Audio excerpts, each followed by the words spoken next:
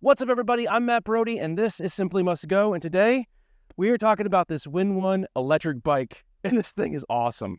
So if you saw my video from Overland Expo East, you know that I rode this thing around that entire weekend, and it was an absolute blast. The thing I didn't quite expect was how many other e-bikes were actually at that event. And I have to say, of all the e-bikes that were there, I think this one was the best one. There's a lot of features about this I really like. And when we had some head-to-heads with some of my other creator friends, this one came out on top. So I'll walk you kind of through a lot of the features on here, some things I really like. There's a couple of things I don't, but we'll talk through all that, and I'll give you my overall opinion. But this is so much fun. So let's get into the meat of what an e-bike is. Obviously, this is a bicycle with an electric motor. This particular model is a 1x7, so the front gear is one gear, and then it's got 7 gears in the back, and you control them with your little shifter here, just like you would any normal sort of bicycle. You just kind of shift up and down depending on what kind of terrain you're on. But then it's also got an electric assist, and it can be either used to assist you as you pedal, or you can just use it full electric and not pedal at all and just go. And I'll tell you, this thing goes. We're doing 23 miles an hour right now. Its top speed is right around 28 miles an hour. And I can confirm that. I've gotten up to that speed. I've actually gotten a little faster going downhill with that, but just cruising on a straightaway, yeah, about 28 miles per hour, and that's with me on it. So definitely a fast and fun bike. In fact, it's so fast that when at Overland Expo East, when I raced Rob Revere and Fletch from All Things Overlanding, we came out on top. We squeaked out the win, and I'm super happy about it because we were the fastest and the most comfortable and, quite frankly, the best looking bike. And the other guys, you know, good competition, but we pulled that one out. But I digress. In electric mode, you've got 5, I like to think of them as gears, but they're kind of like modes or selections. However you want to think about them, I like to think about them as sort of gears for the electric motor. But you have 1 through 5. 1 gets you started, kind of gets that lower torque, gets you moving, and then as you want to get faster, you switch gears until you're finally in 5th gear, just like you would if you were shifting a manual in your vehicle, right? You started first, and then as you want to go faster, you shift and get all the way to 5th gear. That's kind of how I look at this. That may be wrong. You may be able to do whatever you want with that, but I think it works better when I'm thinking about it in those terms. You've got dual disc brakes, so the stopping power on this thing is awesome. It will stop really, really well. So I'm really happy with the disc brakes on here.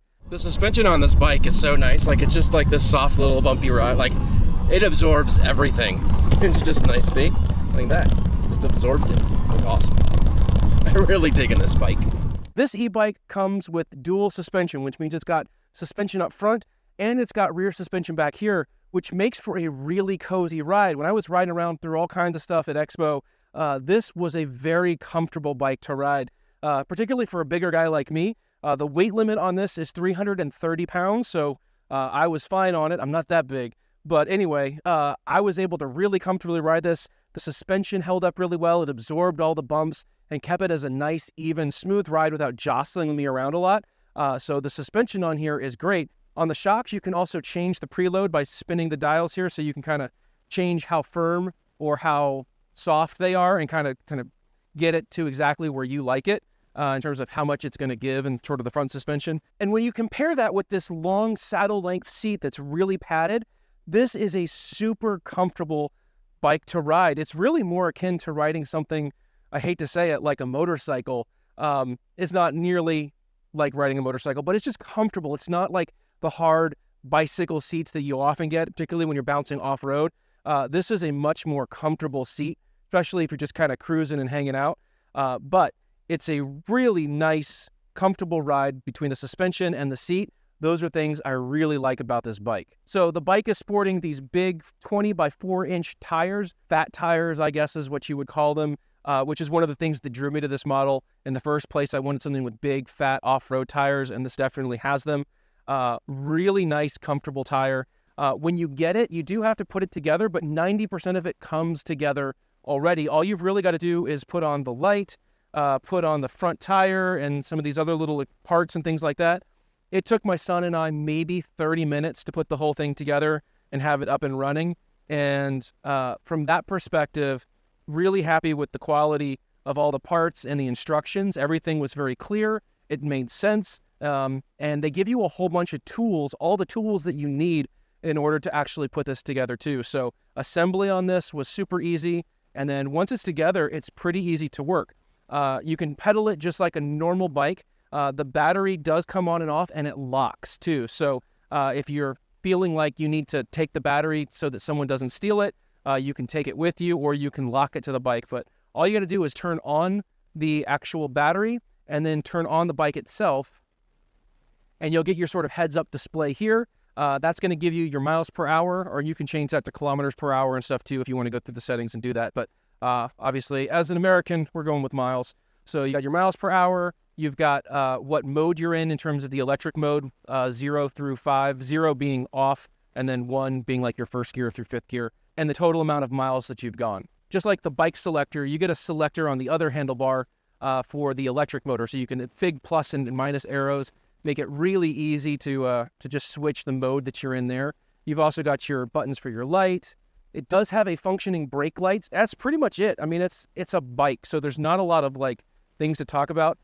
It's super strong. The tubing on this is really well done.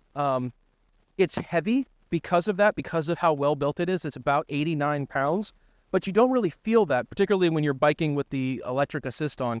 It just feels like a regular bike, though slightly more compact, I think. Like I'm used to like a big Trek or a Diamondback or something like that, and this feels a little bit more compact, but it doesn't feel bad. It's just a little bit different, but it's super comfortable when you're just sort of cruising down the road or down a path. I've taken this out on a couple overlanding trips and climbed some pretty gnarly ruts and stuff with it too, and gone down, and its thing has just been so much fun to have. I'm really excited to take this out on more trips coming up.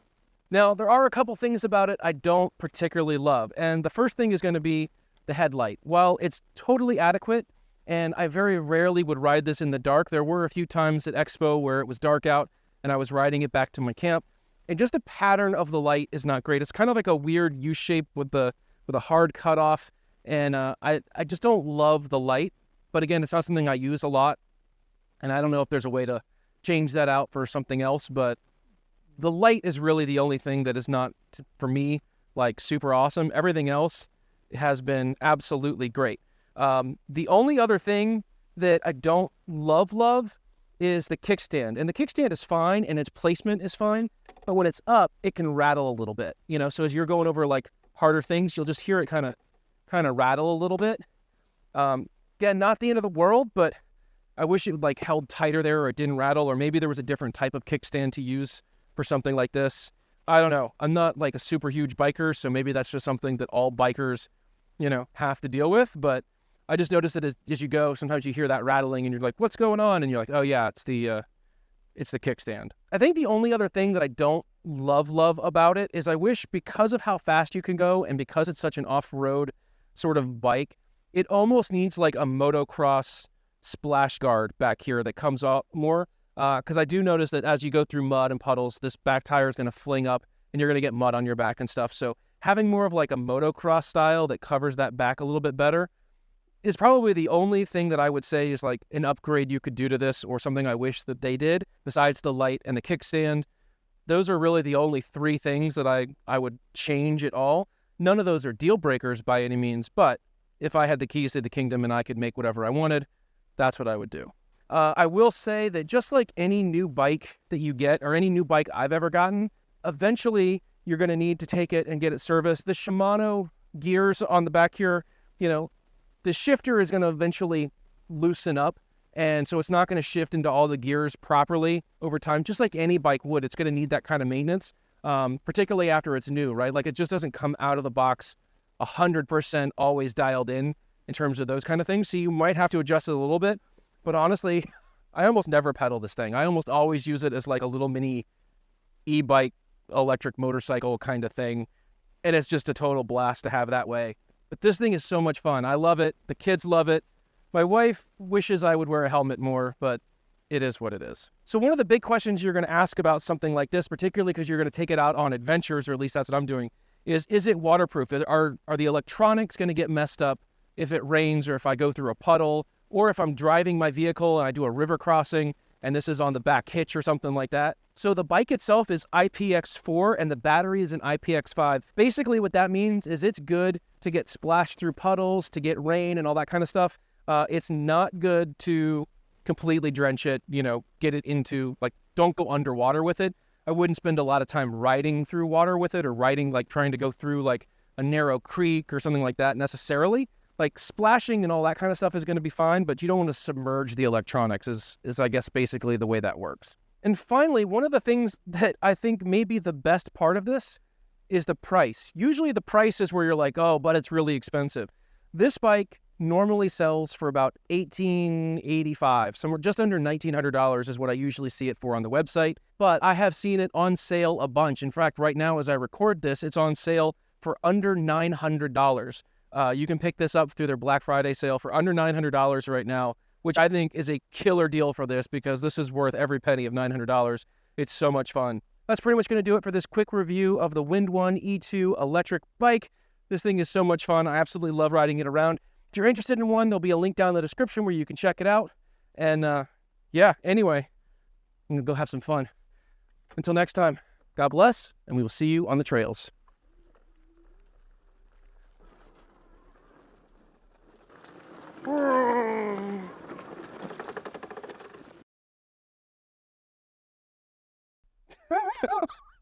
That was terrible.